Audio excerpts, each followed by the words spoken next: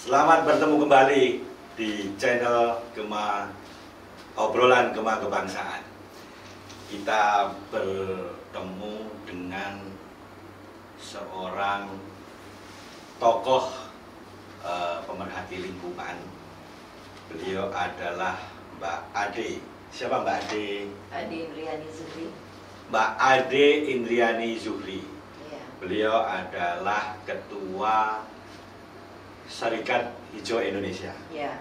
Serikat Hijau ini adalah organisasi lingkungan yang sudah berdiri sejak 2007 dan konsen terhadap politik kebijakan lingkungan.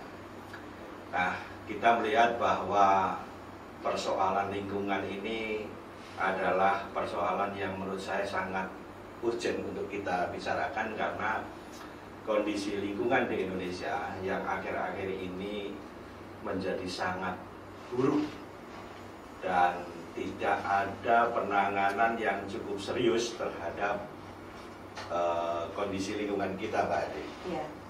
Artinya peran negara terhadap lingkungan ini melihat bahwa alam Indonesia ini dipandang menjadi aset ekonomi, ya kan, bukan sebagai aset ekologi untuk masa depan kehidupan manusia bangsa Indonesia ini, ya kan, bahwa seolah-olah apa yang dilakukan oleh negara terhadap lingkungan saat ini lebih fokus bahwa bagaimana aspek ekonominya lebih ditonjolkan ketimbang aspek keselamatan bumi untuk masa depan manusia. Mbak Ade melihat persoalan lingkungan saat ini seperti apa, Mbak Ade? Iya. Ini udah bisa dijawab ya? Bisa. Bisa. Ini agak panjang juga itu. Ya, boleh. Terima kasih Pak Joko. Jadi setidaknya saya dan teman-teman melihat ada dua persoalan besar dalam lingkungan ini. Yang pertama adalah soal cara pandang negara atau pemerintah yang melihat bahwa satu-satunya sumber pendapatan negara secara ekonomi ini lewat ekstraktif dan perkebunan skala besar. Kemudian cara pandang ini akhirnya tidak membuat ruang bagi potensi komoditi agraris lain atau pendapatan yang lain untuk berkembang lebih masif. Yang kedua, kita melihat ada soal kebijakan atau goodwill yang kita lihat bahwa negara masih enggan untuk melihat ada satu ruang atau narasi besar tentang peradaban ekologi, di mana lingkungan ini harusnya sudah menjadi struktur fondasi negara yang lebih kuat dari tahun ke tahun. Tapi sejak pemerintahan Soekarno, kemudian diikuti dengan Soeharto yang semakin membuka ruang ekonomi kita menjadi sangat kapitalistik sampai dengan sekarang, kita tidak melihat ada narasi dan conversation, apalagi implementasi tentang kebijakan negara yang berkeadilan ekologi. Sehingga kita melihat ini ada masalah besarnya di cara pandang dan kemudian di bagaimana negara mengimplementasikan lewat kebijakan-kebijakan yang pro ekologi. Nah, ini yang harus terus diperjuangkan kepada pemerintah atau negara. Sementara negara melihat bahwa conversation atau diskursus dengan organisasi masyarakat sipil ini sesuatu yang tidak ada manfaat, karena negara sudah punya perspektif sendiri, seperti ada barrier gitu, bahwa yang namanya organisasi masyarakat sipil ini adalah organisasi atau kelembagaan atau jarak yang akan memperlebar gitu tingkat kemasifan bagi negara untuk memperluas gitu sudut pandang ekstraktif dan perkebunan skala besar ini. Nah itu sementara perkebunan skala besar ini serta ekstraktif ini kan mengambil ruang hidup rakyat gitu. Nah kita tuh mau bicara soal itu bahwa ada masalah penting ini para pemimpin gitu kan, terhadap cara pandang dan kebijakan-kebijakan yang terjadi. Jadi kan kalau melihat ya sekarang ini jadi seolah-olah ekologi ini menjadi objek dari percepatan industri, ya kan, pandangan negara. Jadi bahwa industri bahan mentah ini maupun hasil bumi ini menjadi satu pandangan yang dianggapnya inilah satu-satunya jawaban untuk menopang ekonomi negara. Sementara kan bahwa lingkungan ini kan rakyat ini, manusia ini kan kita masih hidup masih berjuta-juta ke depan kan, sehingga ribuan tahun ke depan, sehingga ini tidak menjadi bahan pertimbangan, sehingga eksploitasi sumber daya alam ini menjadi, kalau saya lihat itu dalam tanda kutip saya ugal-ugalan. Nah, memang ini kan kalau kita lihat Mbak Ade, kan memang semangat eksploitasi alam ini kan sejak zaman kolonial. Cuman kalau dulu itu kan memang ditanami rempah, untuk perkebunan kopi dan sebagainya. Nah, sementara sekarang ini kan dengan kebutuhan, dengan populasi manusia yang semakin banyak, teknologi semakin maju, sehingga eksploitasi bumi ini menjadi ugal-ugalan. Nah, Mbak Ade, ini soal kebijakan negara. Saya membayangkan ini kebijakan negara ini kalau kita melihat kan kayak gregetan gitu. Ini kok nggak ada ini. Apakah memang ini undang-undang bawah bumi, air, tanah, pasal 33 ini adalah dikuasai negara, ini kemudian memungkinkan itu untuk dieksploitasi ugal-ugalan? Soal cara pandang dan kebijakan ini. Pak Joko, kita melihat bahwa seharusnya negara kan bisa menjadi pengelola. Jadi batasan negara itu terhadap sumber daya kan sebagai orang yang diberi mandat oleh rakyat sebagai pengelola. Melalui undang-undang pasal 33. Kebijakan itu kan outputnya kan peraturan-peraturan. Tetapi yang terjadi pada saat ini, pengelola ini sudah bertransformasi menjadi pemilik, owner gitu kan, atas sumber daya alam yang ada. Jadi gini, dikuasai dengan dimiliki itu kan berbeda Seharusnya kan batas negara itu kan hanya sebagai pengelola. Jadi orang yang diberi mandat untuk supaya tidak ada kekacauan secara politik dan ekonomi, maka dia harus membuat aturan, kebijakan untuk tata kelola ini supaya lebih baik, lebih manageable gitu lebih profesional gitu dan berdampak secara inklusif bagi masyarakat. Nah, yang terjadi pada saat ini negara sudah melakukan tindakan yang lebih dari itu. Kepemilikan atau ownership-nya itu melebihi tanggung jawabnya sebagai seorang pengelola. Karena kedalaman negara ini terhadap kepemilikan sangat besar, seolah-olah sumber daya alam ini adalah milik negara semata. Tidak ada ekosistem yang lain yang ada di wilayah itu, apalagi kalau kita mau bicara soal bagaimana partisipasi masyarakat kemudian bagaimana kesejahteraan masyarakat, itu jauh sekali itu. Pada diskursus tentang pengelola dengan pemilik dan penanggung jawab itu aja kita sudah sangat sulit memisahkannya.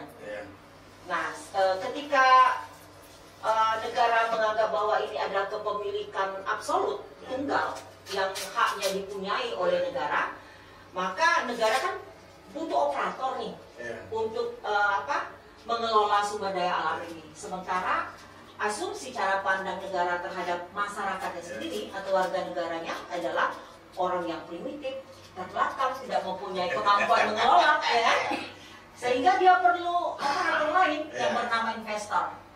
Iya. Nah, sementara kita tahu bahwa dengan sistem ekonomi Indonesia kapitalistik ini, investor kan hanya memikirkan keuntungan tanpa keselamatan ekologi.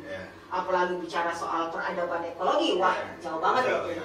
Kan harusnya gini, kalau misalnya sudut pandang ya Pak Ade, kan seperti soal sudut pandang. Kan pasal 33 ini kan sebetulnya adalah nafasnya ini, apa semangatnya ini kan bagaimana melindungi ekologi. Dari nasionalisme itu. Nasionalisme. Kalau kita bicara soal manusia, apalagi kaitannya dengan apa kapitalisme melalui industrialisasi sumber daya alam ini, saya kira kan yang namanya manusia itu kan pasti serakah, ya kan? Ya nggak usah siapa-siapa lah. Begitu kita bicara manusia, ketika kita dihadapkan pada sumber daya yang itu menghasilkan keuntungan yang lebih besar, pasti dia serakah. Kan harusnya pasal 33 ini kan semangatnya untuk melindungi daripada manusia serakah ini. Tapi ketika kemudian pasal 33 itu berkolaborasi untuk menjadi serakah, kan habis itu. Betul.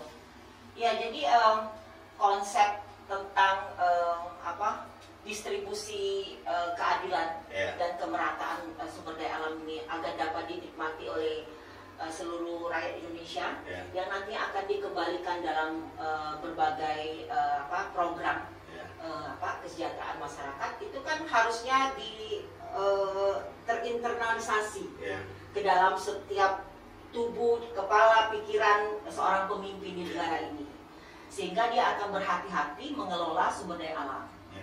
Tetapi kalau kita melihat begitu banyak kejadian tentang pengelolaan sumber daya alam, kasus di Mentawai, kasus di terutama yang baru ini di Raja Ampat, itu kan menyempurnakan cara pandang negara. Memang tidak ada keberpihakan terhadap sumber daya alam, apalagi keberpihakan terhadap ekosistem, apalagi keberpihakan terhadap warga negaranya.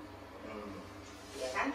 Tata kelola yang salah ini itu akhirnya menjadi kebenaran karena dia ditemurunkan gitu loh, dari pemimpin yang dulu sampai dengan sekarang gitu loh. Dan itu semacam kayak roadmap kerusakan yang ini masif kayak ini bukan lagi realita ya, ini adalah rencana seumur hidup.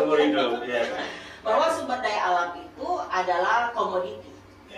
Dia seperti yang Pak Joko sampaikan tadi, dia produk, objek. Jadi dia dianggap apalagi dalam kacamata investor kapitalistik bahwa memang sumber daya alam itu adalah ruang kosong yang bisa dan harus dimanfaatkan untuk kepentingan industri. Apakah industri pertanian, industri turisme, apakah industri yang lainnya. Dan karena dia adalah karena dia produk, maka dia harus didaya gunakan dengan sebaik-baiknya sampai batas maksimal kan. Jadi atau mungkin gini, saya melihat bahwa Indonesia ini itu gagal untuk memahami transformasi teknologi. Teknologi berat, teknologi kasar, teknologi asap ini kan, teknologi ini kan pabrik, semua menggunakan baja juga menggunakan dari hasil sumber daya alam kan ini kan. Nah, bertransformasi pada satu peradaban ekologi baru yang itu tidak dipahami. Misalnya gini, kenapa sih kita ini kok harus misalnya masih harus berkonsen terhadap pengerukan atau penambangan? Sementara kan alam kita yang indah dan sebagainya, kenapa sih nggak dialih bertransformasi menjadi teknologi yang lebih ramah gitu, misalnya wisata gitu. Kan kalau kita melakukan pengerusakan hutan kan yang dirusak itu kan bukan hanya soal hewan gitu, tumbuhan gitu, tapi juga lingkungan sekitar kan, kondisi masyarakat sosial kan, kondisi sosial masyarakat gitu. Ya kan? Ya dulu kalau misalnya gini, dulu ini kan mungkin kita nggak terasa ya Mbak ya, ketika ekspansi industri itu ke wilayah lingkungan ini kan dulu kan mungkin masih pakai cangkul waktu navigasi kan, cangkul dan sebagainya. Nah, masyarakat adat kan juga, masyarakat lingkungan mungkin kan dianggap ya biasa saja. Tapi begitu sekarang ini menggunakan teknologi yang lebih baik, traktor dan sebagainya kan udah larinya cepat gitu. Ini ya contoh yang untuk menyempurnakan cara pandang negara ini adalah asumsinya kan begini Pak Joko. Dengan masifnya, kemudian dengan eksploitatif sumber daya alam ini dikelola oleh negara ya melalui tangan-tangan investasi. Seharusnya Indonesia ini kan sudah bisa menjadi negara yang maju. Ya kan? Asumsinya begitu. Asumsinya begitu. Tidak ada lagi kemiskinan. Ya, orang-orang bisa sekolah sampai tingkat akademik tertinggi dan itu gratis. Kemudian pekerjaan di mana-mana gitu. Kita dapat makanan murah kan asumsinya begitu. Karena konversinya harus apple to apple. Sumber daya alam rusak, tapi masyarakatnya sejahtera. Harusnya kan begitu.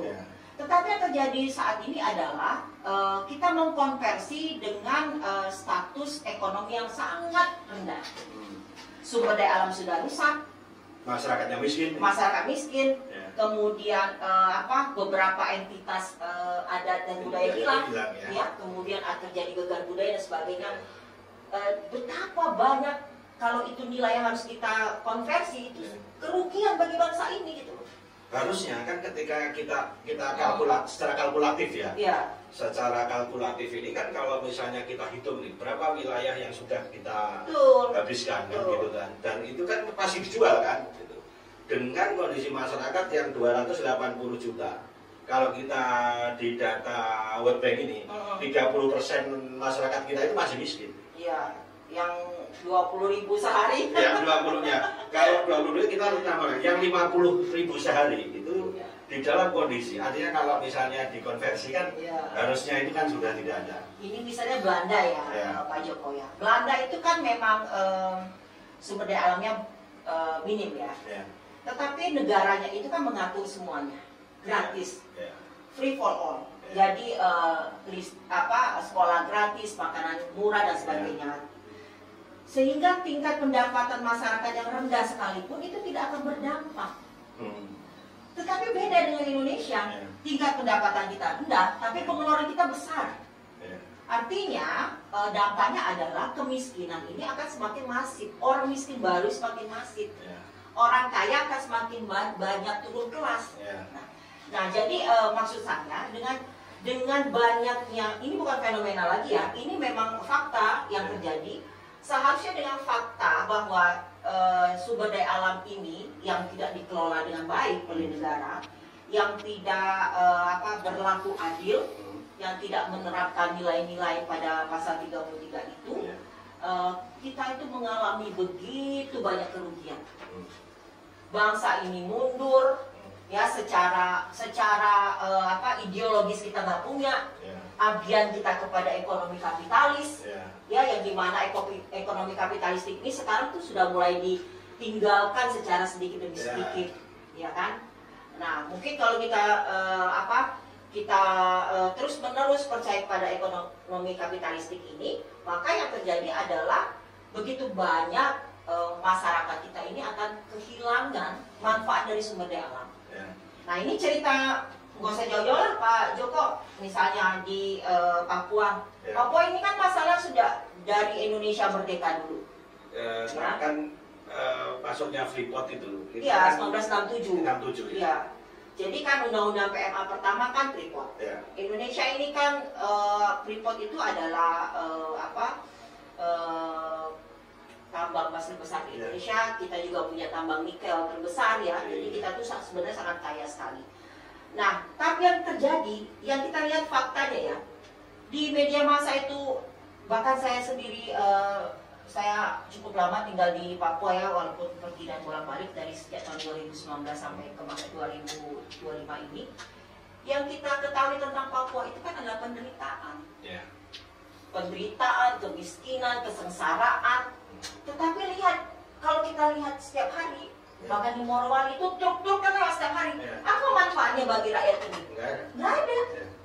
Nah, jadi ada yang salah dari cara pandang dan kebijakan negara ini. Jadi pengelolaan tambang menurut kita itu pertama salah, ya kan. Yang kedua tidak memberi dampak terhadap masyarakat, minimal masyarakat di sekitarnya. Di sekitarnya. Ya, artinya gini, justru menurut saya Pak, saya melihat nih, misalnya di Papua ini kan ada Freeport. Ya. Freeport ini, kalau kita ke sana Pak, ini kan betapa canggihnya, ya kan? Kayak negara sendiri. Kayak negara sendiri. Terus yang kedua, kalau kita lihat lokasi tambang ini kan kita ini kalau kita asumsinya sudah berapa triliun atau berapa miliar dolar yang bisa dihasilkan di situ. Tapi masyarakat Papua pendidikannya masih terbelakang,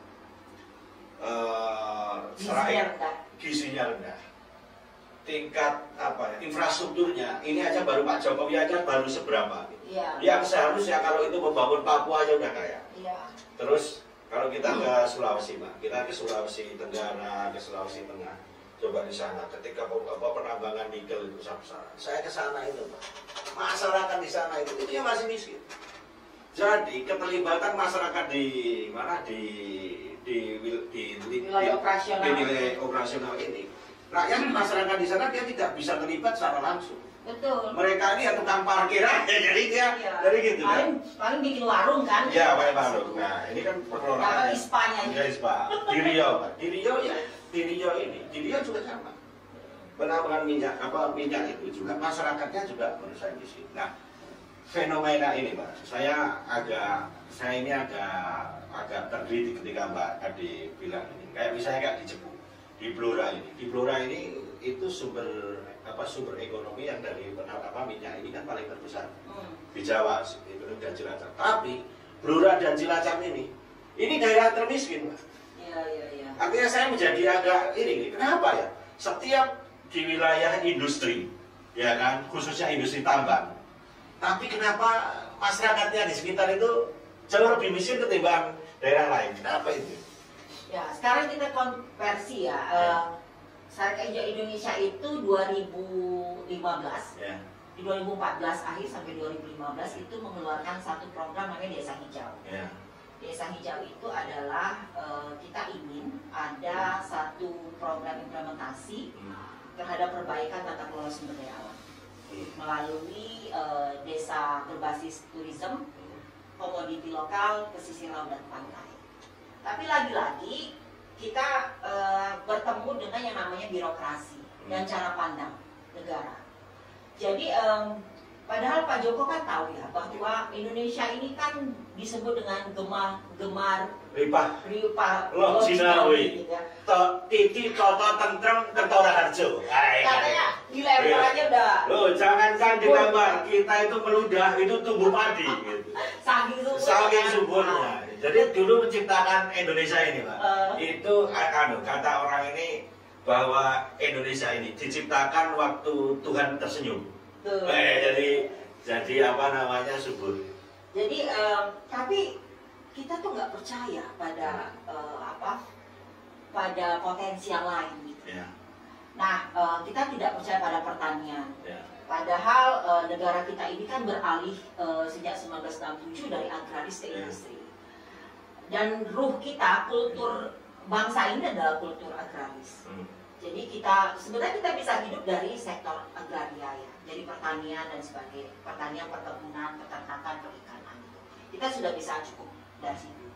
Tetapi karena kita harus menghidupi gaya hidup, kemudian kita harus menghidupi industri dari negara-negara lain, terutama negara Annex I, kita mengeksploitasi sumber daya alam kita. Kejadiannya kan sama ketika revolusi industri di Inggris ya. Di mana Inggris memaksa Peru mengirimkan kotoran dari burung iguano itu ke Inggris untuk menghidupi pertanian. Jadi sebenarnya kalau kita percaya bahwa pertanian ini adalah pintu masuk kesejahteraan, kita teruskan itu. Nah, tahun 2020 sampai dengan sekarang, Sarekat Hijau Indonesia itu belajar dari skema Desa Hijau yang nggak bisa implementatif secara paripurna karena ada dinding yang bernama birokrasi dan kebijakan di tingkat nasional dan terutama di daerah. Kita kembali mengembangkan namanya konsep dan rancang bangun jalan hijau ekonomi ketiga Indonesia berbasis rempah-rempah. Karena historikal, kalau secara historikal kita Jaya punya diperhitungkan secara ekonomi dan politik lewat lewat rempah-rempah kita. Tetapi cara pandang negara sekali lagi Pak Joko melihat rempah-rempah itu sesuatu yang tidak ekonomis. Tidak ekonomis, ya cukup buat masyarakat aja, bukan buat industri gitu. Sehingga ekspansi dan masifnya perkebunan sawit itu dianggap sebagai kemajuan bagi padahal VOC ini bisa menjadi perusahaan terbesar di seluruh dunia. Betul. Ya kan, itu rempah-rempah. Tapi saya sebelum kita ke sana, sebetulnya ini kan gini, sebenarnya daerah ini kan bisa menolak sebetulnya. Ya kan? Bisa menolak. Jadi ketika melihat bahwa penambangannya ugal-ugalan ini sebetulnya, ini kan daerah ini bisa menolak. Ini salah satu saya contoh adalah Jogja. Jogja ini, Gunung Kidul ini, itu dulu wilayah batu kapur, yang sumber batu kapur, sehingga dia memang diambil untuk batu kapur sebagai bahan semen, terus menjadi batu yang untuk granit dan sebagainya. Nah, pemerintah daerah khususnya pemerintah provinsi dan daerah itu kemudian minta untuk dihentikan, sehingga sekarang ini ada perubahan mindset bahwa kita ini bisa hidup mandiri, ini tidak perlu kita mengeksploitasi alam gitu, tidak perlu mengeksploitasi kekayaan alam gitu. Nah, kemudian bekas-bekas tambang dulu itu, kemudian dia kan ada tebing-tebing, terus itu jadi tourism, jadi dibuat patung, dibuat apa menjadi tourism. Dan sekarang ketika eksploitasi alam itu dihentikan dan sekarang berpindah ke sektor pariwisata, sekarang PAD gunung itu menjadi lebih tinggi. Ya, di gunung itu. Ya, kan ada Brexit itu, ada tebing Brexit. Terus yang kemudian di Merapi ini kan tadinya itu penambangan pasir ini ugal-ugalan. Udah kalau kita ini orang yang tinggal di Gunung Merapi itu tiap hari debu aja karena lalu lalang kendaraan. Dan ketika kemudian Sultan itu menghentikan, enggak, ini saya hentikan penambangan pasir.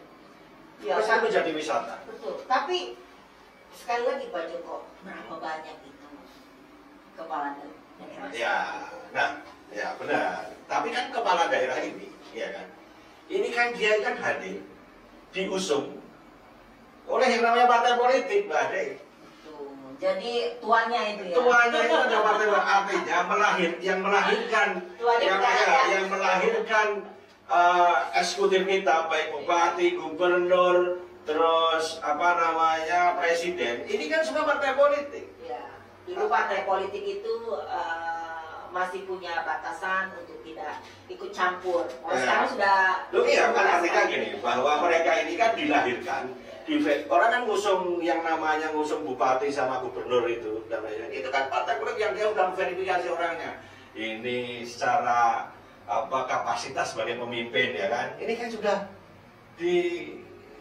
diverifikasi, sudah divalidasi, tapi ternyata justru mereka lah yang menjadi penyebab kebijakan terhadap sumber daya alam ini menjadi aut-autan.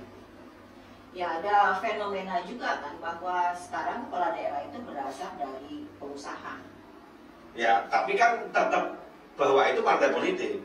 Iya. Ya kan? Tapi coba misalnya si Sultan, nggak ada partai politik nggak diusung dia jadi gubernur seumur hidup. Ya, tapi kita kan punya 2 daerah istimewa ya. Kalau Jakarta kan sudah dicabut. Ya. Agak tidak apple to apple kalau kita konversi dengan 2 daerah istimewa ini, karena punya sejarah panjang kan? Panjang ya, soal demokrasi dan politik. Ya, tapi yang mau saya sebutkan ini tidak diusung dari partai politik. Bener ini. Ini semua diusung partai politik, nggak ada yang bener gitu. Ya kan? Artinya kan sumber persoalan ini sebetulnya adalah partai politik kan. Partai politik yang diharapkan menjadi satu pilar demokrasi yang secara dia punya ideologi, ya kan, itu kan harus cair. Tapi itu tidak terjadi. Ya, partai politik itu kan situasi di mana situasi transisi ya, di mana peradaban politik kita kan belum maju ya, belum kembang. Jadi sebagai sebuah kapal yang harus mengantarkan penumpang sampai ke tujuan, kadang-kadang kan suka berhenti di tengah. Malah justru mandek di tengah. Sepanjang ternyata di tempat pemberhentian itu ada sesuatu yang menarik, gitu kan. Nah, persoalannya memang kekuatan politik di Indonesia ini sangat kuat berakar ya. Itu melebihi dengan kekuatan dari kekuatan ekonomi dan sehingga produk turunan yang dihasilkan itu memang melalui kekuatan politik. Nah, sekarang Pak Joko lihatlah ya, orang-orang yang tidak punya kompetensi sebagai pemimpin, jadi pemimpin, tidak punya kompetensi sebagai menteri yang jadi menteri. Sementara orang hebat ya, yang punya capability, integritas, tidak jadi apa-apa. Karena apa? Karena kekuasaan ini yang dijalankan oleh partai politik ini tadi, itu kan harus bertahan. Sehingga dia harus memastikan bahwa orang yang menjalankan partai ini adalah orang-orang mereka. Ketika misalnya saya, Pak Joko dan teman-teman lain speak, gitu ya, speak tentang ketidakadilan, itu bisa jadi dua itu, harus ditaklukkan atau diberi iming-iming gitu ya. Ya betul. Jadi itu yang terjadi sekarang. Kita sudah mulai kehilangan banyak teman karena teman-teman kita sekarang masuk ke kekuasaan. Nah ini kan artinya bahwa sebenarnya ini kan kita harus tuntut bahwa partai politik itu. Saya dulu di Pak Joko. Silakan. Agak ini nih. Silakan. Jadi memang kita harus menjawab satu komitmen bahwa partai politik ini juga harusnya berpikir bahwa jangan mereka melempar bahwa saya ini udah dari ini pemerintah aja yang salah gitu, tapi bahwa pemerintah kan lupa bahwa pemerintah itu juga produk dari mereka. Nah, tapi gini, ini kan Pak Prabowo ini kan program Pak Prabowo ini kan sekarang ini kan sudah mulai coba membuka wawasan kita soal 1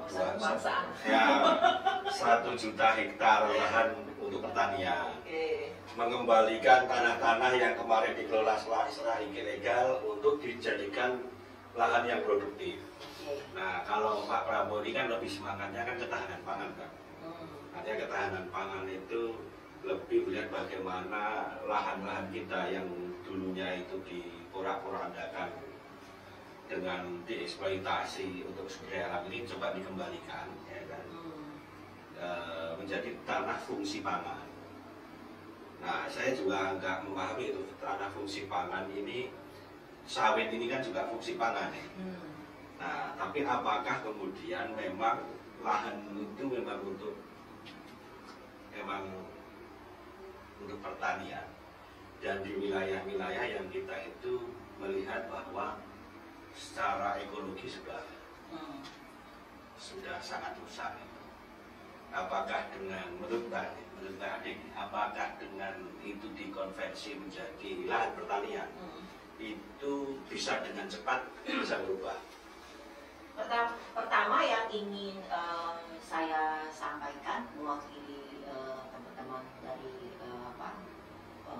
organisasi masyarakat sipil, terminologi tentang ketahanan pangan itu sudah lama kita tinggalkan. Kita tidak lagi memakai ketahanan pangan, tapi sekarang memakai kedaulatan pangan. Di mana bedanya gitu ya? Ketahanan pangan itu artinya ya kita bertahan untuk memenuhi pangan kita. Lebih sifatnya ini perolehan dari mana kita mendapatkan. Nah, kita nggak peduli tuh asal usulnya dari mana, terserah aja mau impor kek, mau dari mana kek, terserah lah, mau dari lokalan atau dari mana terserah. Yang penting ketahanan pangan kita terjaga. Nah, kita melihat dengan situasi pada saat ini, terutama setelah COVID-19 ya, di mana negara itu terisolasi dari negara-negara lain sehingga menyebabkan kita tidak bisa mendapatkan pangan. Siapa yang mau jual pangannya Pak Joko ke negara lain? Sementara kita aja perlu pangan kan. Nah, otomatis kita kan mendapatkan dari pangan lokal kita. Nah, sementara pangan lokal kita sudah semakin kecil karena ekstraktif dan perkebunan skala besar. Artinya dari mana ketahanan pangan ini? Nah, seharusnya negara melihat bahwa ada kebutuhan pangan di masa depan yang jumlahnya sangat masif dan besar. Nah, kalau ini kemudian disederhanakan menjadi industri pangan, yang terjadi adalah orang akan berebut pangan, berebut makan. Siapa yang punya akses terhadap pangan itu dia akan memperoleh. Tetapi kalau kedaulatan pangan, setiap masyarakat Indonesia atau setiap rumah tangga di Indonesia ini diminta, bahkan misalnya diharuskan untuk menanam pangan mereka secara keluarga, berbasisnya keluarga atau agriculture farming, maka mau kita badai kayak mau kopi kayak, kita punya sumber daya, sumber pangan. Nah, jangan sampai soal 1 juta hektar lahan pangan ini bisa jadi dua makna ya Pak Joko. Pertama adalah ambisius dari seorang pemimpin yang untuk memenuhi pangan lokal, tetapi kita menghabiskan tanah-tanah rakyat atau hutan-hutan yang selama ini menjadi penyangga terhadap paru-paru dunia. Nah, kita kehilangan itu. Yang kedua, kita bisa makan, tapi kita nggak bisa napas. Karena kita makan pun itu dari industri. Jadi kalau kita makan dari industri ya kita akan juga menerima dampaknya, ya kan, pada masa depan bagi kesehatan ya. Kemudian secara ekonomi juga akan berdampak pada harga dan sebagainya. Yang kedua skemanya itu adalah pembukaan lahan besar-besaran ini, selain yang saya sebutkan tadi, apakah betul itu akan menjadi pendapatan bagi negara yang kemudian akan dikembalikan? Jangan-jangan dengan kegagalan banyaknya food estate yang kita nggak pernah menerima kabar baik dari food estate ya, kita nggak pernah menerima kabar baik. Sekali-kali. Ya, kemudian karena dibuka, kemudian nggak ada ceritanya lagi, jangan-jangan nanti akan jadi perkebunan sawit di masa depan. Artinya sebenarnya negara ini maunya apa? Nah, kalau soal kedaulatan, Pak, saya kan masih ingat zaman Soeharto ini kan dulu kan ada yang namanya revolusi hijau. Bagaimana rakyat Indonesia ini dijadikan satu standar kesejahteraan hidup melalui makan beras. Semua harus makan nasi ya? Semua harus makan nasi. Ya kan? Penyeragaman itu. Padahal kan sekarang ini kan kalau dulu kan orang Papua dia makan papeda, sagu papeda, ubi-ubi, terus makan di mana di timur itu kan.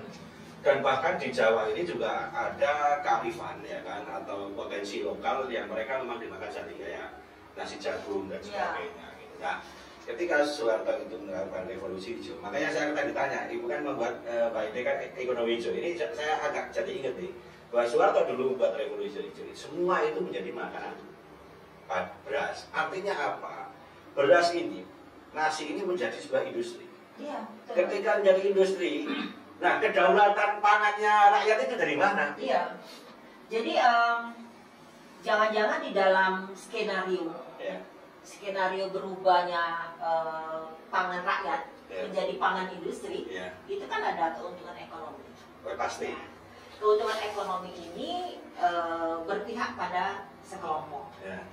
Tidak kembali lagi dalam atau konversi program untuk rakyat. Nah, yang paling penting message-nya itu Pak Joko adalah dengan penyeragaman menjadi beras semuanya, selain kultur masyarakat yang berubah, kemudian daya tahan terhadap satu community itu akan berubah. Kalau dulu orang Papua itu bisa berkilo-kilo naik lewat hutan dan sebagainya, sekarang orang sudah mulai kecapean karena makan nasi. Kadar gulanya lebih banyak. Padahal makan ubi. Nah, jadi kalau cara pandang yang melihat orang yang nggak makan beras, makan nasi ini adalah primitif gitu ya. Kayak salah kan? Salah. Lo kan orang Eropa makanya gandum, mungkin nggak primitif juga, itu bukan makan nasi kan? Itu waktu di Papua itu saya dapat cerita pertama adalah mereka yakin ada karena mereka punya mitologi ya. Makanan pertama yang dikirim Tuhan untuk orang Papua di Papua itu adalah sagu. Jadi sagu itu bukan sekedar makanan, tetapi dia mengandung nilai filosofi. Nah, negara kita ini gagal meramu narasi tentang pangan itu adalah dignity. Negara ini hanya mampu membangun narasi bahwa makanan itu adalah produk. Just produk, sudah itu aja. Sehingga ketika dia menjadi produk, dia bisa dikonversi dengan nilai, dengan rupiah atau mata uang. Tetapi ketika dignity, narasi yang dikembangkan oleh negara ini adalah dignity, bahwa makanan apa saja itu adalah simbol dari sebuah peradaban di satu wilayah, maka negara kan tidak berani mengutak-atik, karena itu dignity dan simbol, entitas sebuah wilayah. Tetapi karena dia produk, maka itu bisa diotak-atik oleh sektor investasi kapitalistik ini. Itu semua seragam, menguntungkan gitu ya. Nah, ada cara pandang yang sebenarnya sudah ditinggalkan oleh banyak negara gitu ya, beralih kepada cara pandang yang lebih idealis gitu, yang lebih ideologis, tetapi itu masih dipakai di negara ini. Ya, jadi seperti bahwa misalnya semakin banyak investasi maka negara semakin maju. Padahal semakin banyak investasi, negara akan mengalami kemunduran dari sektor apapun. Itu kayak di Jogja ini. Ketika investasi terjadi, itu rakyat yang menderita. Karena begitu industri dibangun, rakyat Jogja tidak merasakan. Yang dirasakan rakyat Jogja malah macetnya itu. Iya, betul. Sekarang macet itu buat siapa? Di Malioboro aja orang masyarakatnya mengeluh, tidak ada yang beli. Gitu loh. Sama Jakarta. Ketika industri itu besar, yang diuntungkan siapa? Rakyat nggak diuntungkan. Dapat lapangan pekerjaan nggak? Ya kan gitu. Betul. Jadi memang seperti sekarang kita punya pemimpin yang ultra nasionalis. Ya. Lihat saja banyak program yang sangat nasionalis ya, seperti makan siang bergizi. Itu kan platformnya negara sosialis. Kemudian juga sekolah, penyediaan lapangan pekerjaan itu disediakan oleh negara, itu sangat sosialis. Ya. Tetapi yang terjadi adalah saya tidak melihat apa yang disampaikan, jejak rekam ideologi dari pemimpin kita ya, itu ketika implementasi itu jauh sekali. Atau kan sangat kapitalistik. Ya kan gini. Ini kan kita sosialis kapitalistik. Ya, maksudnya atau gini. Saya melihat Pak Prabowo ini kan, kalau kita lihat program-programnya itu kan benar banget, kan sangat sosialis. Mana ada sih gitu, kemudian ada program ngasih makan, kan sangat sosialis. Terus tiba-tiba dia mendirikan sekolah gratis. Sekolah rakyat sekarang. Sekolah rakyat ya kan. Terus membuka, ya walaupun nanti kemudian masih debatable, tapi membuka lahan pertanian di segala di seluruh Indonesia. Dan rumah untuk rakyat. Dan rumah rakyat itu memang sangat sosialis. Tapi kan, ini kan pikiran Pak Prabowo. Nah, menteri-menterinya ini kan nggak sosialis. Kapitalis. Kapitalis semua kan gitu. Jadi gimana itu? Ya kan. Nah, artinya begini. Pak Prabowo ini saya melihat, sehingga ini nanti bisa juga kritisi, tapi dia secara visioner, visi itu dia sosialisme, tetapi tatanan, perilaku, mindset masyarakat di bawahnya itu masih kapitalistik. Saya melihat Pak Prabowo ini nanti, saya takutnya dia hanya monolog aja. Iya kan? Monolog aja soal ini. Tapi menurut saya ini bisa kita diskusikan nanti. Tapi yang penting menurut saya ini, Pak. Revolusi hijau ini yang sudah menyeragamkan masyarakat bukan asing. Saya dulu tidak melihat apakah dulu Pak Harto ini mikirnya ini kita ini akan krisis pangan sehingga kita bisa impor. Atau dengan revolusi hijau ini kita bisa bekerja sama bahwa rakyat Indonesia itu bisa menjadi pasar. Ya kan? Jadi kita ini hanya disediakan oleh di Asia ini, kita menjadi objek pasar. Ini pasar saya. Ada, kalau dulu kan 170 juta, ini pasar saya makan nasi semua ini. Sementara lahan pertanian kita itu tidak bisa untuk mencukupi 170 juta ini. Nah, silahkan Anda datang, nanti kita tukar tambang kita. Misalnya itu gitu. Nah, Saya masih melihat itu. Sehingga ketika sekarang ini Pak, semua orang makan nasi, lahan kita itu terbatas, impor. Sekarang misalnya nih, kita kembalikan lagi deh, kearifan lokal ini kita kembalikan. Sumber daya pangan kita, coba kita kembalikan masing-masing. Kenapa sih orang Papua makan sagu itu kalau dikemas dengan baik kan juga ini. Sekarang kalau kita beli kayak bubur bubur sagu, itu mahal, itu makanan kelas menengah Pak. Iya. Itu kelas menengah. Jagung, sekarang jagung itu kita makan nggak setiap hari. Dulu orang Gunung Kidul itu sama orang Wonogiri tiap hari makan jagung. Ya, makan tiwul. Makan tiwul itu jagung. Sehingga sebetulnya ini. Nah sekarang muncul lagi. Saya beli beras yang dari singkong itu, yang dibuat dari singkong merah beras itu harganya per kilo lebih mahal ketimbang beras. Orang? Bukan, yang dari singkong. Jadi kayak beras beras. Jadi sitake ya?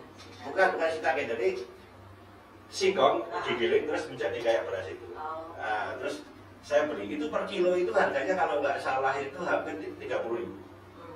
Sementara beras itu kita 15.000, yang paling bagus 15.000. Artinya apa?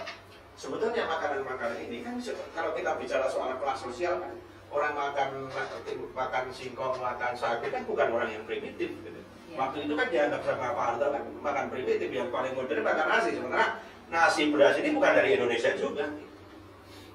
Ya karena ada keuntungan.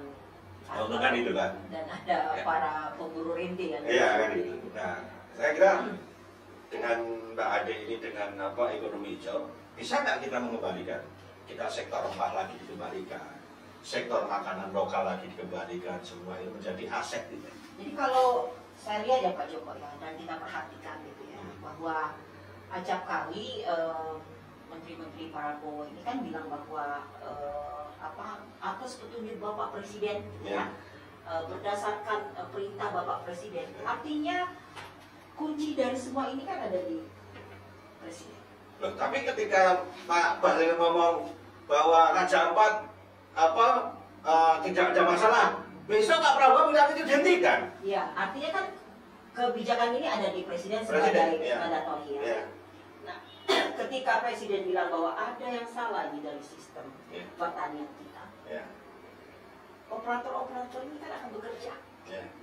Tetapi sekarang ini, apakah betul Pak Prabowo ini pikiran-pikiran yang sangat sosialis militeristik ini, ya, kalau saya lihat ya kan sangat militeristik ya. Artinya harus ada militer dalam setiap aktivitas ekonomi rakyat. Apakah itu di pertanian, cetak sawah dan sebagainya. Sementara kita nggak menunggu tentara untuk cetak sawah ya. Nah, sosialistik militeristik ini, apakah Pak Prabowo bekerja sendiri berdasarkan asumsi pikiran-pikiran dia, gitu ya, imajinasi dia tentang negara sosialis yang negara yang berbasis nasionalis yang dia tidak bidangkan, atau jangan-jangan Pak Prabowo tidak punya konsep tentang bagaimana Indonesia ini berjalan berdasarkan basis pertanian yang sebenarnya. Nah, kalau mempercayai pertanian sebagai sokoburu ekonomi kita, maka mau pertanian itu bercorak rakyat, apakah itu tidak menghasilkan secara industri, kita kan harus tetap percaya bahwa itu dijalankan oleh rakyat kita. Tetapi yang dilakukan sekarang ini adalah menggiring situasi pertanian kita ini pada fokus industri. Di mana industri ini kan syaratnya adalah keuntungan, mendatangkan keuntungan. Dengan keuntungan berarti kan harus ada price, harga yang harus ditawarkan. Untuk harga-harga yang sudah besar kan rakyat tidak akan bisa itu. Kemudian ada persaingan industri yang dibuat oleh kaum industrial ya, dengan standar A, B, C yang membuat rakyat tidak bisa ikut dalam partisipasi industri pangan ini. Nah, apakah Pak Prabowo tahu itu gitu?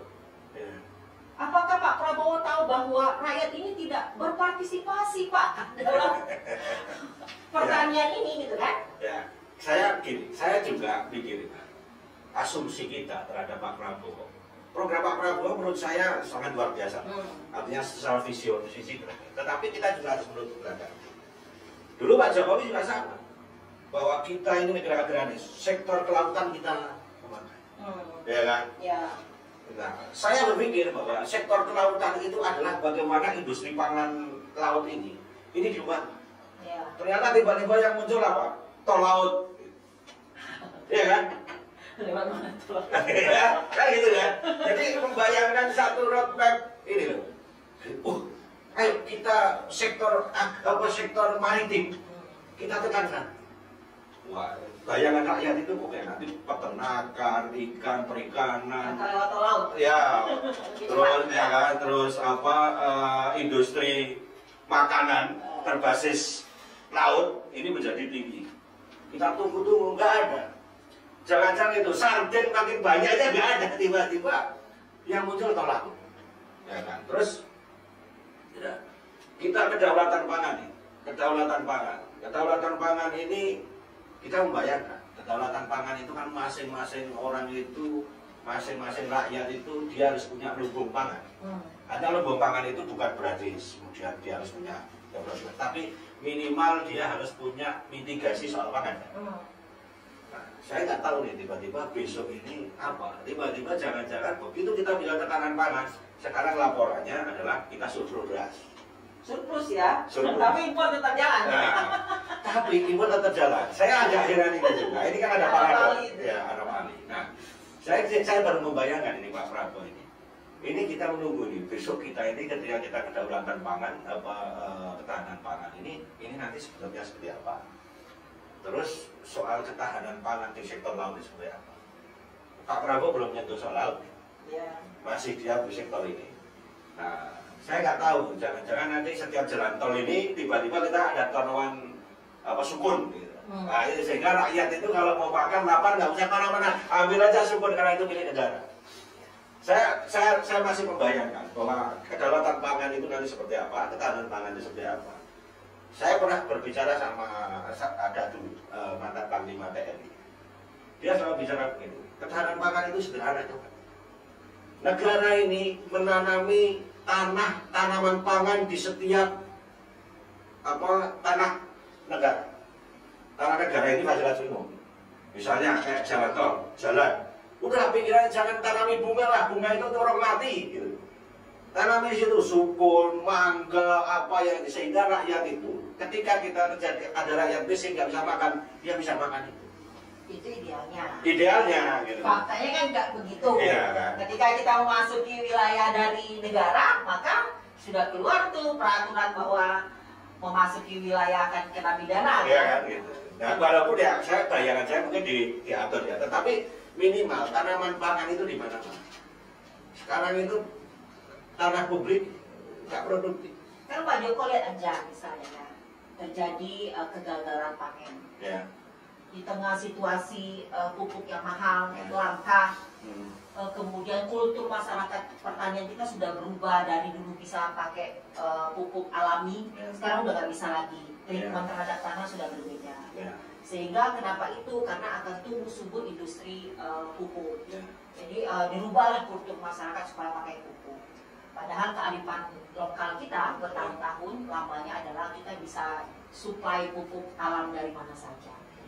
Kemudian ketika gagal panen, masyarakat petani jadi masyarakat yang miskin karena untuk buka lahan pertanian mereka harus icon, mereka harus gadaikan dan sebagainya. Di mana negara? Harusnya negara hadirkan pada saat ini, memastikan bahwa tidak boleh ada setiap warga negaranya yang mengalami ketidakmampuan mengkonsumsi pangan itu.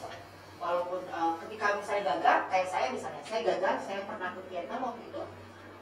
Negara bilang udah, adek kamu garap tanah negara yang di sana. Kamu gak punya modal, nanti kamu tinggal ke bank kamu pinjam, nanti kamu bisa bayar. Ada referensi gitu loh negara. Negara ini punya referensi di mana negara-negara yang sudah melakukan hal yang baik untuk warga negara itu diikuti. Tetapi yang terjadi pada kita, berbagai situasi yang kebencanaan pertanian ini ya, agriculture disaster ini itu tidak menjadikan negara waspada, apalagi bertransformasi melihat bahwa hal ini adalah pembiaran kepada warga negaranya. Artinya kalau gagal panen itu salah kamu, mungkin doanya kurang banyak mungkin ya, kurang istighfar gitu ya, makanya kamu tuh sholatnya 5 waktu sehingga panennya bagus gitu. Bagus gitu kan. Padahal jadi memang banyak pemimpin kita yang selain sudah kehilangan sensitivitas terhadap persoalan-persoalan di negeri ini, tidak kompeten Pak Joko. Ya, Pak Prabowo banyak, mungkin Pak Prabowo ingin mengakomodasi semua kepentingan politik ya. Tetapi Pak Prabowo juga harus paham juga bahwa mendudukkan, kan udah ada hadisnya itu. Mendudukkan orang-orang yang tidak tepat pada bidang tertentu akan mendatangkan bencana. Dan sekarang terjadi bencana gitu. Tapi kira-kira Mbak, ini kan sudah terjadi seperti ini. Sebetulnya solusi atau pandangan kita untuk memperbaiki lingkungan. Akhirnya lingkungan itu kan juga tidak juga bermanfaat untuk kehidupan kita masyarakat, tapi juga bagaimana ini menjadi produktif di era sekarang. Kira-kira apa sebetulnya yang perlu dilakukan oleh pemerintah? Pertama, saya berangkat dari pembukaan tadi, yaitu merubah cara pandang. Jadi negara harus merubah cara pandang, melihat bahwa pertanian itu adalah kewajiban negara sebagai hak prerogatif warga negaranya untuk mendapatkan kehidupan, pekerjaan yang layak. Dari pertanian itu ya Pak Joko, pekerjaan yang layak bisa didapatkan, penghidupan yang layak bisa didapatkan, pendidikan yang layak bisa didapatkan, dan pangan yang baik bisa didapatkan. Dari cara pandang itu akan melahirkan kebijakan, perubahan kebijakan yang pro rakyat, people agriculture, di mana rakyat diberikan peran yang besar, bukan industri, tapi rakyat diberikan peran yang besar. Misalnya jangan diseragamkan bertanamnya untuk kepentingan industri. Kalau di wilayah itu sudah ada histori tentang tanaman tertentu, itu diteruskan, dicarikan pasarnya oleh negara, dibuka keran marketnya oleh negara, sehingga rakyat itu bisa hidup dari situ. Setelah itu yang paling penting, seperti yang terjadi di Vietnam adalah dan Thailand, agriculture itu dibuat narasi sebagai dignity. Nah kalau sekarang kan yang terjadi adalah jangan kayak bapak petani miskin, kamu sekolah yang tinggi-tinggi. Ya, karena memang petani dimiskinkan. Gak ada dignitinya. Padahal pangan ini kita peroleh dari pertanian. Walaupun kita impor dari mana, tetap dari pertanian saja kok. Jadi bagaimana menghidupkan narasi-narasi bahwa pertanian itu adalah soko guru, adalah fondasi ekonomi, masa depan bangsa ini. Petani itu adalah sesuatu yang sangat membanggakan, profesi yang sangat mulia gitu ya. Jadi narasi-narasi dignity ini itu harus dibuat oleh negara gitu. Sehingga orang akan bersedia untuk kembali ke pertanian. Kalau sekarang kan antara pertanian dengan sektor ekstraktif itu gapnya sangat panjang sekali, besar sekali. Orang malu mengakui. Misalnya profesi bapaknya apa? Beda misalnya kerja di PT gitu kan. Walaupun penghasilannya lebih rendah dari petani kan. Sama aja kadang-kadang. Jadi heroisme pimpinan kita Pak Prabowo ini ya. Yang kalau ngomong berapi-api ya heroisme lah. Berpihaklah kepada petani gitu. Kita harus harus percaya kepada sektor pertanian. Tapi bukan pertanian industri yang akhirnya mematikan ya. Tapi adalah pertanian rakyat. Mungkin kita cuma bisa menanam 2 hektar, 3 hektar, tapi dengan treatment yang bagus, pasar yang terbuka bagi mereka, inovasi, teknologi, kan akhirnya akan mendatangkan keuntungan. Tapi misalnya Pak Prabowo ini misalnya, udah kita bikin narasi ini, coba bawa ketahanan pangan. Kan kita asumsinya kita masih pakai bahasa ketahanan pangan. Ya walaupun nanti itu akan diteruskan ke dalam, tapi misalnya, coba masyarakat ini karena kita itu kan butuh kemandirian pangan. Kemandirian pangan ini bisa nggak sih Pak misalnya kalau ini misalnya Pak Prabowo bilang, udah kita kembali ke habitat masing-masing deh. bahwa kemandirian pangan itu bisa dikelola di lingkungannya yang paling kecil. Sehingga kita ini punya kedaulatan pangan masing-masing wilayah. Jadi masing-masing daerah itu punya kemandirian pangan masing-masing. Jadi tidak diseragamkan nasi semua ini kita itu kira-kira memungkinkan kan? Nah sekarang kenapa kita sangat percaya pada sawit? Ya. Karena kan negara membuka keran sebesar-besarnya untuk marketnya, bahkan sampai market di luar negeri, sehingga rakyat punya kepercayaan kehidupan mereka ini akan terjamin lewat perkebunan sawit, industri sawit. Asumsinya jelas kan, ada pasar yang jelas gitu ya. Kalau kita buka 2 hektar sawit, sudah keuntungannya sudah bisa diukur gitu, karena pasarnya disediakan oleh negara. Kenapa negara tidak melakukan hal itu pada komoditas yang lain, produk pertanian yang lain gitu loh? Atau mungkin karena produk pertanian itu dianggap itu adalah untuk konsumsi domestik. Nah yang sawit itu selain domestik tapi juga bisa keluar. Betul. Jadi kalau ada beberapa fokus ada beberapa fokus produk pangan ya Pak Joko ya. Nah fokus produk pangan yang akan dikonsumsi secara massal oleh rakyat Indonesia ini itu bisa diprioritaskan. Kemudian misalnya beberapa produk yang dipakai kayak mungkin padi, kemudian ada singkong dan sebagainya, mungkin ada beberapa yang difokuskan nantinya, dan itu harus dikeroyok secara kebijakan. Jadi ada pasarnya, ada inovasinya, ada teknologinya, ada resource sumber dayanya dan sebagainya. Sehingga orang percaya bahwa masa depan pertanian ini sama baiknya dengan masa depan sektor industri atau pekerja yang lain. Nah, jadi mungkin gini, oke, untuk ketahanan kedaulatan pangan, ya kan, kita kembalikan pada sektor kemandirian pangan ini, yang paling sederhana aja. Tetapi negara berbicara pada sektor pertanian yang sebagai industri. Jadi antara rakyat dengan pemerintah ini juga. Tetapi bahwa rakyat ini juga dapat kompensasi.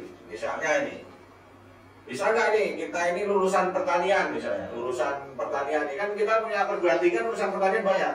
IPB misalnya, IPB misalnya. Nah, IPB ini begitu lulus dia tidak jadi petani, dia nggak jadi bayar dan sebagainya. Gitu. Maksudnya bisa nggak lulusan pertanian ini atau SMK pertanian itu diperbanyak setelah keluar? Kan kita punya lahan 1 juta hektar dan lain ini, masing-masing dikasih nih. Kamu begitu lulus dari SMK, kamu dapat 2 hektar, kamu jadi lulus mahasiswa, kamu dapat laboratorium untuk pengembangan pertanian misalnya beserta laboratorium penelitiannya sekian dan. Ya, mengapa banyak negara-negara yang lainnya melihat bahwa pertanian, mengapa mereka men-stressing atau memperkuat sektor pertanian ini Pak Joko? Pertama karena mereka membuat dulu definisi bahwa pertanian ini adalah sektor yang penting di negara. Ketika kita menganggap bahwa pertanian adalah sektor yang penting, maka turunannya itu menjadi prioritas. Misalnya kita akan memperbanyak fakultas pertanian, memberikan kemudahan bagi rakyat anak-anak petani berkuliah dengan gratis. Karena kita mau cetak petani, mau kembalikan mereka ke lahan pertanian, kemudian membuat laboratorium pertanian. Sekarang aja kita nggak jelas itu berapa sebenarnya, ada nggak data tentang data-data produk pertanian.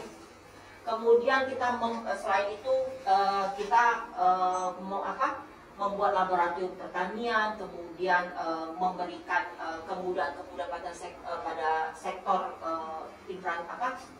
pendukung pertanian itu. Kata kunci yang pertama itu adalah kita menganggap dulu penting pertanian ini.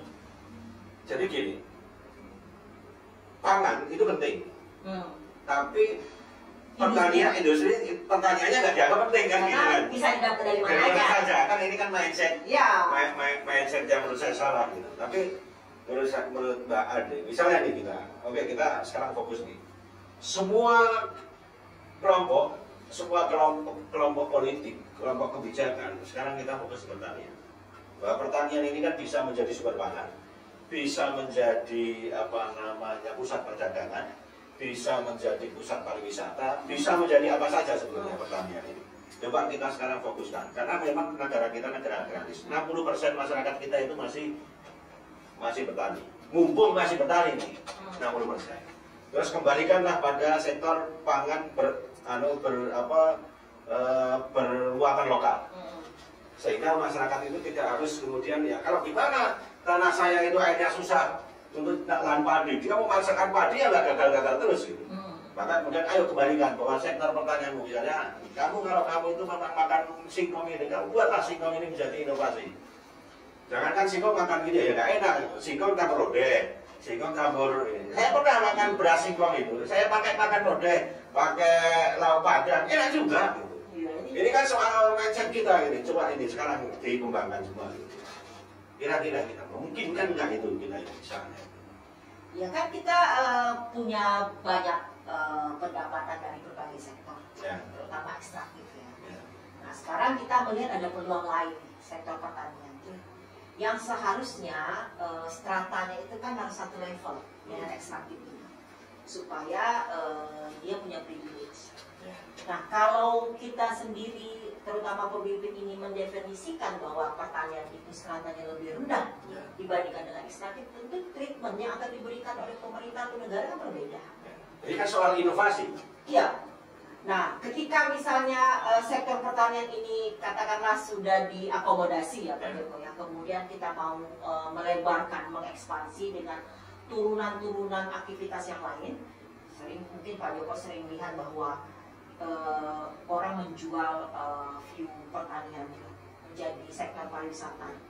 Di situ ada cottage-nya, ada kita bisa ikut tanam padi dan sebagainya, ada nostalgia yang dijual, ada keinginan-keinginan yang dijual. Nah, turunan-turunan dari produk pertanian ini atau penopang dari produk pertanian ini kan akan sangat banyak nanti ketika pertanian ini dijadikan kultur kembali, reculture. Ketika negara sudah memandatkan bahwa oke, kita akan back to agriculture, pertanian, semua infrastruktur daya dukung dikerahkan untuk pertanian itu, maka seluruh sektor itu akan mendukung gitu secara otomatis. Jadi ketika sektor swasta lihat wah ini peluang ini, oke kita bisa bikin cottage, oke kita bisa bikin apa, ini peluang. Tapi ketika di situ tidak ada ruang yang diberikan oleh negara, tidak ada perhatian, maka sektor yang lain melihat wah ini nggak ada peluang, kita buang aja gitu. Maksud saya kan kalau kemudian ini dikembalikan, maka masyarakat itu mempunyai pandangan bahwa semua sektor yang berbasis lokal ini bisa menjadi sumber pangan. Kita surplus. Iya, betul. Ya, bisa ekspor gitu. Betul. Ini kan persoalannya kan karena sektor pangan itu kan hanya dikuasai satu produk, sehingga ya kurang lah gitu. Sekarang nggak ada pangan yang surplus kan di negara ini ya. Kan coba kalau bisa ada, oke sabu nih, produksi ini.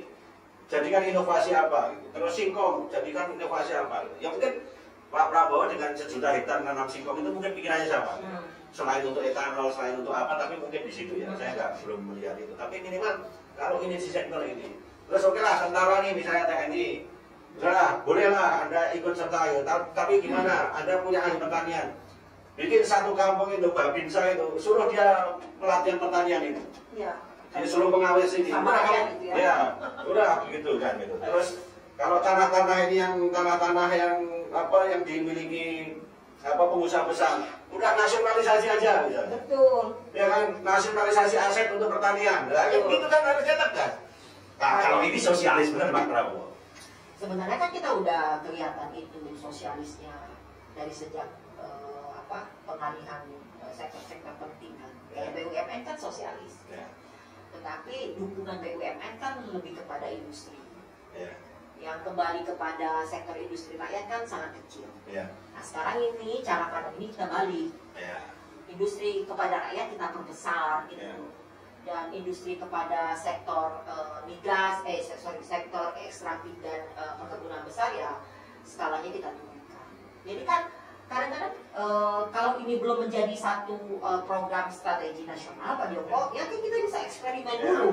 Ya, bahkan kemarin kita sudah kehutanan sosial. Ya. Kehutanan sosial, tapi kan harus ada pendampingan ini. Nah, kayak kehutanan sosial Pak Joko. Kita dapat lahannya. Tetapi akhirnya banyak yang idle karena apa? Karena tidak ada infrastruktur. Tidak ada treatment yang diberikan oleh negara. Udah kayak kamu kelola, udah kelola aja. Ya sekelola-kelolanya rakyat lah yang mampu kan. malah kemudian nggak dikelola itu malah jadi tanaman apa? Macam-macam kan. Iya. Nanti artinya tidak kembali ke basis sebenarnya kan. Misalnya kayak tadi nih, kan kita punya TNI. Saya kemarin habis ngobrol sama TNI. Saya bilang, Pak, kan rakyat ini kan ya sekarang kita sudah mindsetnya sudah berubah nih. Sudah terus kita kembalikan lagi. Bisa nggak bisa tentara itu bekerja sama dengan dinas pertanian Kementerian Pertanian? Tentara itu daripada duduki jabatan-jabatan itu duduk inilah, ya kan rakyat ini. Dan kan kita udah nggak ada perang ini. Itulah perang sama kemiskinan dan kebodohan aja lah ini. Gitu. Iya kan gitu. Nah, perang sama kemiskinan bikin surplus kita. Kita nggak kekurangan pangan, kita bisa ekspor gitu. Nggak hutang lagi. Iya, ini cuma karena apa ya? Menurut saya ini pada goblok semua aja gitu. Gitu. Sekarang lagi terlena dengan pembagian kue kekuasaan. Ya. Jadi memang conversation tentang membicarakan rakyat itu tidak ada menarik-menariknya. Ya. Dibandingkan dengan membicarakan posisi strategis. Karena kita masih euforia politik. Jadi kalau euforianya kepanjangan ya kita udah keburu mati. Percaya Pak Joko, kalau ada terjadi perubahan di negara ini itu orang-orang kayak gitu habis semua itu. Ya, kita nunggu lah ini para pemimpin ini kita. Ada aja yang mampu menggerakkan ini satu. Kayak dulu kan kita pada waktu Soeharto dulu kan digerakkan secara kolektif gitu kan. Itu terjadi perubahan. Kemudian ya kalau kan ada juga batas ambang ketakutan. Sekarang ini kan fase ketakutan yang lebih besar dibandingkan dengan peperangan. Tapi kan nanti kan akan ada ambang itu hilang. Nah ketika ambang itu hilang ya misalnya kayak tata kelola kembali kepada cara-cara yang lebih sosialistik, pembagiannya rata, distribusi yang ada dan sebagainya, orang-orang kayak gitu kan hilang. Ini kan tinggal nunggu waktu aja.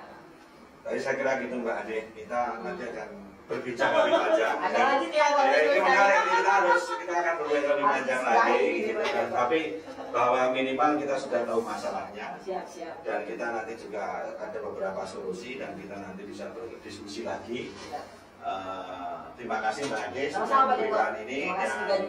Ya, dan kita nanti ke depan kita akan bicara soal peran partai politik, ya kan terhadap persoalan lingkungan ini. Bagus itu. Karena kita belum ada ngomong ini peran politik ini. Dan di situ kita nanti akan kita kupas tuntas. Terima kasih. Saya Joko Kanigoro dan Mbak Ade undur diri. Terima kasih. Kita sampai jumpa di pembicaraan kita ke depan. Thank you.